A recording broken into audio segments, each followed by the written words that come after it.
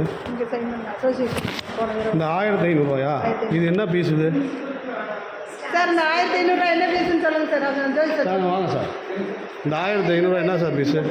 Sir இந்த 1500 soft skill training sir. சரி. அதாவது வந்து பிளேஸ்மெண்ட் சம்மந்தமாக சரிங்களா ஒரு கோச்சிங் கொடுக்கறதுக்காக ஒரு வருஷத்துக்கு 1500 வாங்க. 3000 ரைட்டு. அதுக்கு ரசீது கொடுக்கணுமா இல்லையா? இல்லை அது அவங்க கொடுக்கறது. இந்த அமௌண்ட் அப்படி யூனிவர்சிட்டி கிராண்ட் கமிஷன் வந்து ₹1 கூட ஸ்டூடெண்ட்டை ரசீது கொடுக்காம பணம் வாங்கி கொடுக்கணும் சொல்லியிருக்கா இல்லையா? உங்களுக்கு லைசன்ஸ் சார் போன வருஷமே இதை கட்டியிருக்கு சார். சார் 10 வருஷமாக வாங்கிட்டீங்க, 2.5 கோடி ரூபா வாங்கிட்டீங்க. அதான் எங்களோட புகார்.